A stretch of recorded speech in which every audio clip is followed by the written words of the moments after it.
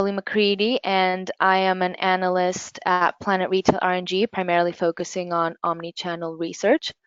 On today's webinar, we will be previewing our upcoming key capability report on rethinking front of store, the full version of which will be available on the Planet Retail portal in the next few weeks. The session today is scheduled to last for about 25 minutes, so there may be some time for questions at the end. If you do have questions as I go through the webinar, please feel free to use the GoToWebinar chat functionality, and I'll endeavor to answer them at the end.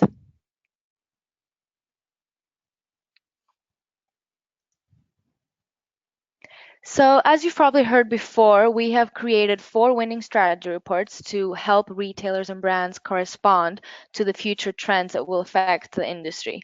Those 4 winning strategy reports include e-commerce and digital ecosystem management, supply chain and fulfillment, shopper engagement and retention, and the store of the future.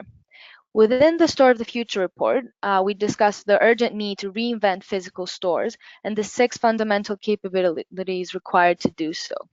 One of these, and the one we will be focusing on today, is rethinking front of store, which looks at solutions to continue to sell impulse products as the point of sale transforms. So on our agenda today, we have first off, a brief introduction of the current situation, followed by the emerging touch points that are replacing the traditional checkout. And finally, we will categorize supplier solutions based on their point of engagement and fulfillment, building on 4 main categories that instigate impulse. Those will include things like pickup prompts, online optimized solutions, in-store innovation, and curbside capture. I'd like to start off by looking at how important the checkout experience is to a shopper trip, because as it stands today, the checkout experience has become as important as price in maintaining customers and keeping them satisfied. We know that 32% of global shoppers agree that shopping is as unpleasant as doing the dishes, and 66% of those link their displeasure with the checkout experience, making it a very significant priority for retailers as they allocate their investment initiatives.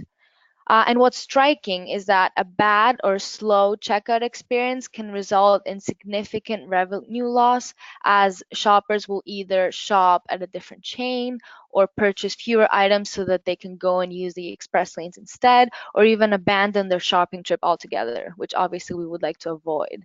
At the same time, though, it does give retailers the opportunity to diversify their checkout options, because shoppers are willing to use self-checkout lanes and self-scanning options instead. So the bottom line is that the checkout is a defining factor in customer satisfaction, and therefore retailers should really make sure that their experience is as frictionless and quick and easy as possible. In terms of new initiatives being rolled out and expanded, I think it's important to sort of keep track of the level of customer adoption and satisfaction with these new front-end solutions, because obviously it's very important that shoppers see the value in these front-end initiatives if retailers and brands are going to be investing in them. So it's evident that self-checkouts have by far the highest level of adoption, which is 90% here. While click and collect services have the highest level of satisfaction among shoppers. And this is interesting because currently 4 out of 10 online shoppers in the US are using click and collect, and they place about an order for pickup every about 6 months, and they spend an average of $58 per order, which of course is an important opportunity for physical stores to leverage online orders. Self-checkouts have been particularly popular in Europe, but are also gradually increasing in scale in the US thanks to their sort of labor savings and convenience.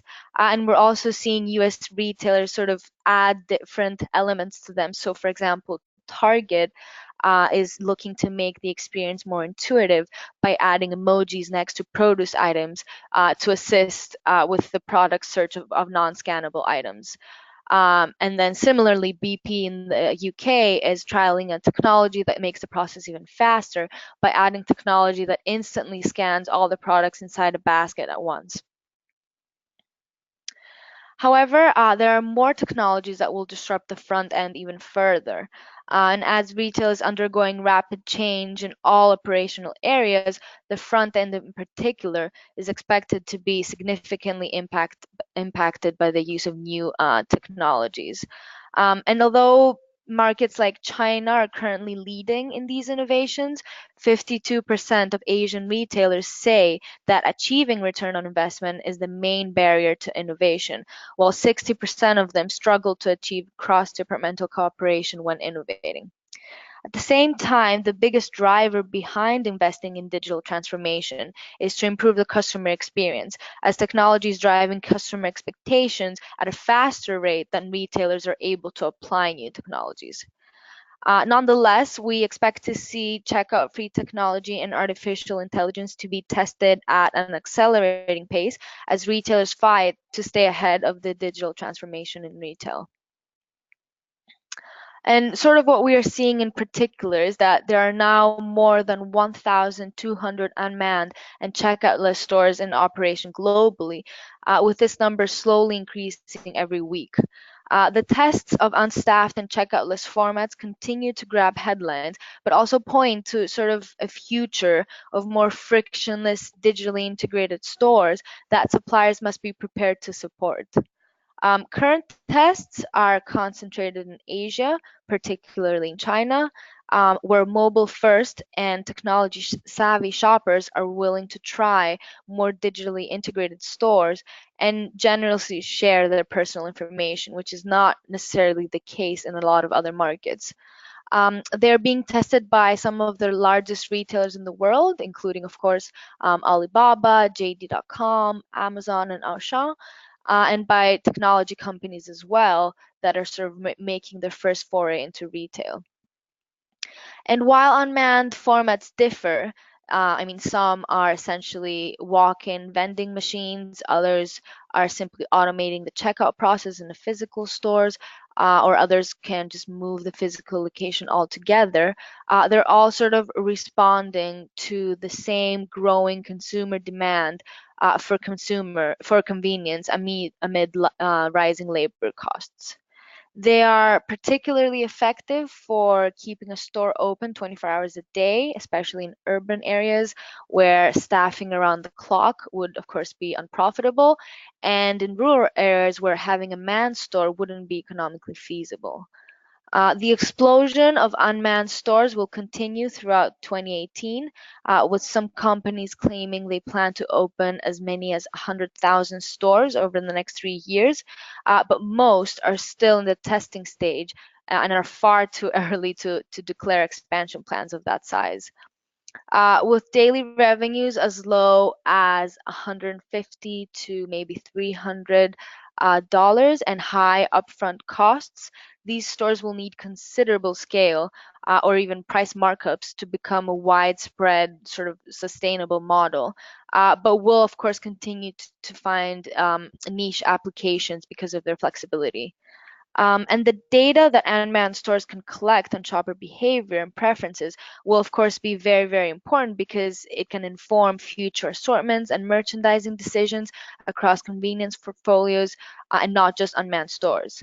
For example, the Just Walk Out concept made famous by Amazon Go will, of course, potentially be tested in things like prepared food sections of larger supermarkets, for example, in Whole Foods, which creates sort of a faster on-the-go meal trip and again is sort of the goal.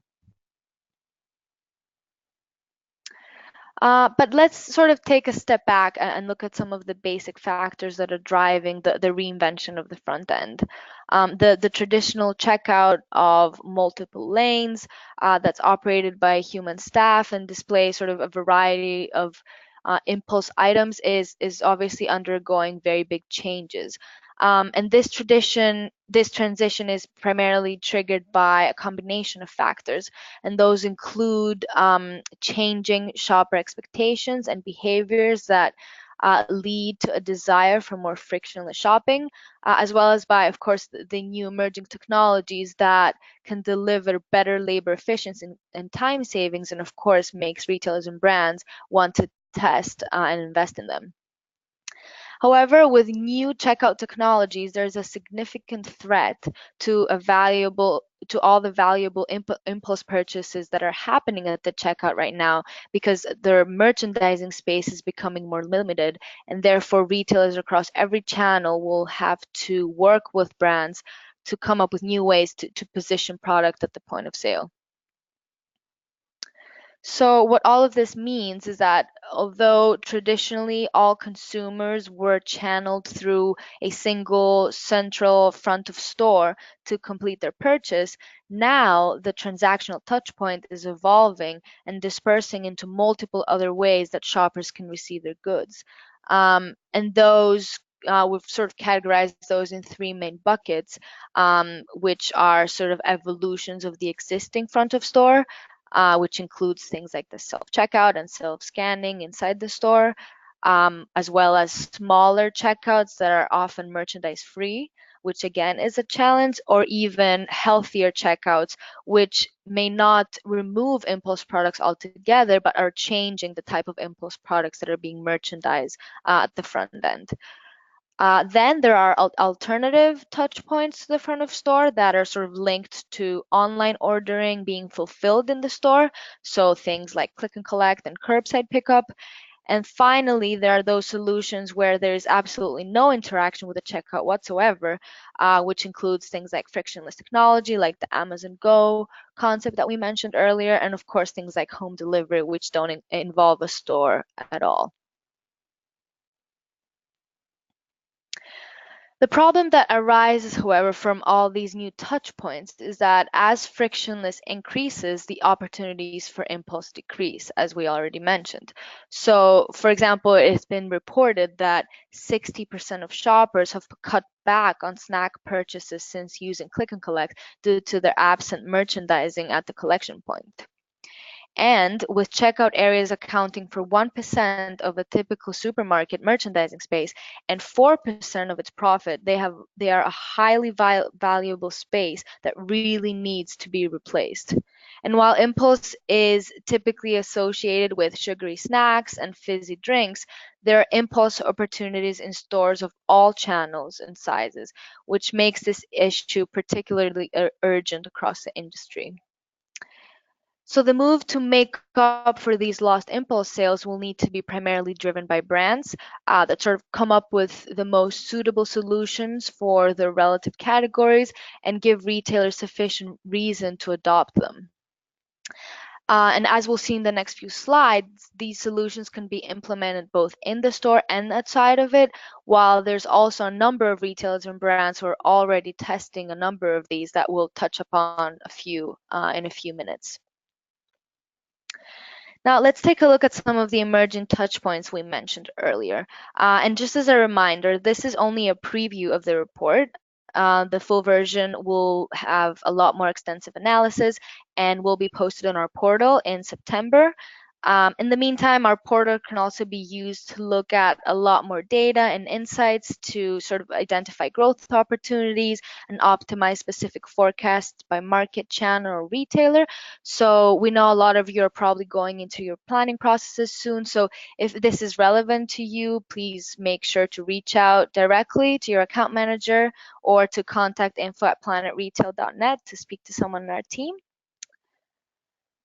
So moving on into all the different and new areas where impulse will need to be recreated in the future. So retailers are investing in new developments that can be found both inside and outside of the store, with the majority of them being inside the store, of course. We're seeing anything from healthier checkouts that alter impulse away from its traditional assortment, which can be a threat to certain brands that have enjoyed this privilege, but are an opportunity for other sort of better for you brands, as well as an opportunity for existing brands to develop new, healthier product lines to sort of suit this new trend. Then we have things like serviced click and collect counters and automated pickup machines that are currently bare and offer no products for purchase. Self-checkouts that are certainly not a new concept, but definitely one that can be leveraged for additional spending, and all the way to sort of the most innovative technologies that offer a completely frictionless experience. And in terms of out-of-store developments, we're seeing a lot more curbside pickup location where there's even less likelihood that the shopper will ever enter the store when they're picking up their order, or remote collection lockers and things like that, where again, there's no interaction with the store. Now I've selected a couple of these new touch points for this webinar, so I'll just start off with checkout-less technology, which is sort of the front-end solution that we expect will disrupt the shopping experience the most, as it revolutionizes the way that retailers and brands will interact and sort of understand their shoppers. So as you probably know, the way it works is it uses a number of ceiling-mounted cameras as well as artificial intelligence to sort of closely track a shopper's movements in the store. And what it does is it recognizes when a product has been picked up from the shelf or when it has been placed back by the shopper, and therefore gradually aggregates the shopper's basket as they move through the store. And then at the end of the trip, it takes payment from the shopper's linked account as he or she exits the store, making it possible for the shopper to just skip the checkout line entirely. And although the application of checkout-less technology is currently very limited, with most of these applications being in experimental stages, it is very crucial for brands to rethink their merchandising strategies to best facilitate this technology.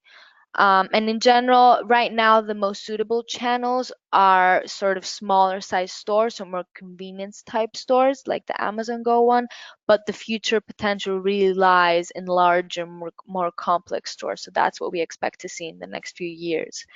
And aside from the popular Amazon Go concept, there are other similar examples as well, including the Zero line in Ireland, which is the one pictured on the right-hand side here.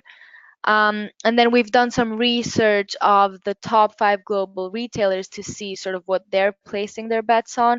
And we see here that 3 of the top 5 global retailers are already testing such concept. And we sort of expect them to be vital leaders in developing and perfecting this type of technology. In terms of out-of-store developments, curbside pickup will naturally be a big opportunity to drive impulse, in our opinion. So aside from players like H-E-B and CVS in the US, Amazon has also rolled out its own version of the service, and it's called Amazon Fresh Pickup Location. It's pictured here in the center. Those are located in Seattle, and they use license plate recognition technology to instantly identify a shopper's car when he's driving into the facility, and therefore can immediately alert employees to bring out their order. And what's unique about this Amazon Fresh Pickup locations is that there's an adjacent indoor space where the retailer has set up displays to showcase some of its private label brands. So aside from sort of educating shoppers about the products, which can obviously change based on seasonality or the location demographics or anything like that, it's also a very good way to link to impulse purchases by either allowing shoppers to buy the products in the facility on the spot, or even by offering something like a coupon for shoppers to use if they want to purchase this later online. And finally, Walmart is by far the leader in this initiative. They already have more than 1,800 locations in the US and the UK. And they've also committed to 1,000 more in the US by the end of 2018. So obviously sort of placing their bets on this. And at the same time, Carrefour also has a very strong presence of drive locations in France, which it has operated since 2010. So obviously something that a lot of retailers are placing their bets on, and so a big opportunity for brands to be merchandising impulse products here. However, to leverage these different touch points, brands are coming up with a number of creative solutions to instigate impulse. And the way we've categorized these is based on where the product is fulfilled, so whether it's in store or out of store, and how the customer engages with it, so whether it's online or offline. And this leads to sort of 4 distinct categories for investment. And as you can see here, Those include pickup prompts on the top left here. And that's anything from delivering mobile push notifications close to the time of pickup. So as the person is going to the pickup location, receive some type of notification that prompts them to add one less item in their order. In-store innovation, so this includes anything from product adjacencies in the store, which is obviously not something new, but is something that can really be reinvented to be much more effective, or even dedicated brand zones that inspire impulse purchases just away from the traditional checkout area. Then we have things like online optimized solutions, so guiding shoppers when they're shopping online to add more things to their online baskets. And finally, curbside capture, where shoppers sort of get access to adjacent vending machines next to the curbside pickup area to sort of buy additional products of their choice. So the way we define in-store innovation in this instance is the opportunity to trade impulse opportunities across the wider store. In other words, to flex beyond the front of store. And because as the front of store checkout space is repurposed, brands can be creative and sort of trade other areas harder. For example, they can use effective product adjacencies that include, for example, soft drinks with ambient and chilled snacks. As you can see here on the left-hand side, this is something that Coca-Cola has done in Spain. Or they can complement deli counters or food courts with associated products. So whether that's beverages to accompany the food or any other pairings. Or, as is the case with Coca-Cola on the right-hand side here, what they did in a Carrefour store in Barcelona is they invented sort of an in-store dedicated zone called the Refresher Zone, which is sort of an eye-catching display that has all of its products and gives sort of a sense of experience. And in this instance, this Refresher Zone is located towards the back of the store, so obviously a very unique area to sort of instigate impulse. Curbside capture is sort of the opportunity to capture an impulse sale when the customer does not physically enter a store. So while they're picking up their online order outside of the store. And with online ordering obviously surging and curbside locations growing, we think it's very important for brands to take advantage of this space to somehow instigate an additional purchase. And so, for example, something that Hershey has done, as you can see here on the right, is they are testing a special vending machine next to the click and collect area where shoppers can purchase additional snacks while they wait for their cart to be loaded. At the same time, another similar example is PepsiCo on the left-hand side here, which has rolled out Hello Goodness vending kiosks that can be pretty much placed anywhere outside the store or inside at the same time, or even at a non-retail location, and can be sort of independent thanks to their embedded sort of payment portal. Finally, brands and retailers can engage shoppers online in various ways to sort of create the opportunity for an unplanned purchase. For example, retailers can add basket prompts that remind shoppers of a previous purchase that they made that they potentially might want to make again. They can recommend a complementary product the same way they would create a product adjacency in a store, or they can point out specific promotions that are relevant to the shopper. For example, Sainsbury's, as you can see here on the left, is known for its Before You Go page, which appears right before the shopper goes on to the checkout page, and of course has a few opportunities for the shopper to add one or two more things to his or her basket. From a brand's perspective, on the right-hand side here, it's most beneficial to connect with shoppers in a way that helps them sort of solve a problem or offer a tip. For example, Unilever's Cleanopedia website provides tips and advice for solving common household cleaning problems. And Unilever brands that support that type of solution that's mentioned then have links that people can click on to directly sort of purchase the product. And in the example here on the right, what Unilever is doing is it's giving a tip regarding sort of the proper cleaning of shower curtains, which can be done using its Persil liquid detergent product. So consumers can read that tip and then directly purchase the product conveniently. Now, to take a look into some specific CPG sector developments, we have selected the food and beverage category. So in terms of pickup prompts, we've used the example of Magnum ice cream, where Unilever used beacon technology to sort of alert shoppers through a mobile app when they were nearby a Tesco store in the UK, or even when they were inside the store, to sort of prompt them to make an ice cream purchase. For online optimized, Unilever's other brand, Hellmann's, partnered with the on-demand delivery startup QuickUp in London. And what they did was that shoppers could look at different recipes that include the Hellmann's dressings, which include like mayonnaise and ketchup. And then if they wanted to make that meal, they could order all the fresh ingredients from the recipe and have them all delivered all at once, where of course all the products would include the Hellmann's products. Then in terms of in-store impulse, again, Unilever partnered with Sainsbury's and introduced sort of ice cream parlors in UK stores, and those were from the Ben & Jerry's brand. And what this did is it sort of created an unusual experience in the store, which could attract a person to make an impulse purchase.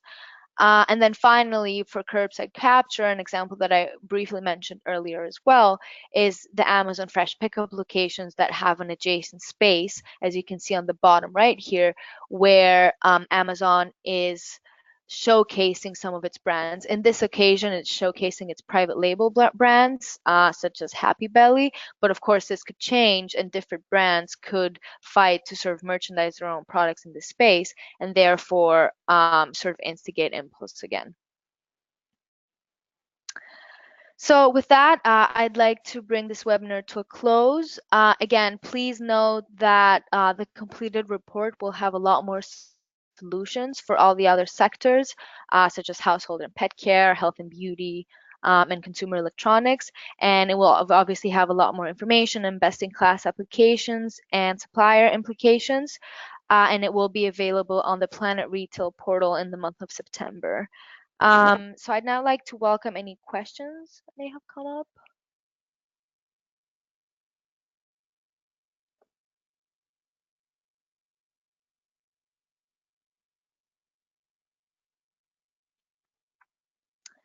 Okay, so there is a question about household products. So is there an example of in-store impulse recreated for household products? Yes, there are a couple actually. One that comes to my mind is one that Sam's Club is doing. So Sam's Club has been using something called Freeosks, which are sort of automated vending machines that dispense free samples when a Sam's Club member taps his card. And they can also sort of pitch the product via video. So this is sort of a good way to attract someone to try your product and then decide to buy it. I hope that answers the question. Let's see if there's anything else. So there's one about the checkout experience. So how big of an impact can a bad checkout experience have for consumers? So that's a very good question. We actually sort of mentioned this in the beginning of the presentation. So there's been research that says that about 50% of consumers consider the checkout to be very important in their shopping experience. So in other words, if the checkout experience is bad, then that significantly sort of affects their experience. And as I also mentioned, that can also lead to sort of loss of revenue because people might decide to leave the store or shop elsewhere or shop online or anything like that. So it's very crucial to make sure that in line with competition, sort of your checkout is frictionless and sort of easy and fast and sort of technology enabled. And finally, there's one more question. What about mobile checkout? Yes, that's definitely a good one as well. We're including that in the full report. we definitely think that that's something that a lot of retailers will want to adopt. You might already know that Apple, for example, is a flagship example that uses mobile checkout. And by mobile checkout, what I understand is someone being able to sort of check out on the go. So an employee having a tablet or a phone and being able to check out for you on the floor, not for you not to have to go to the checkout lane. And yes, this is something that a couple of retailers are looking into. So I'm sure you've seen Target, for example, equipping its employees with tablets so that they can offer the service.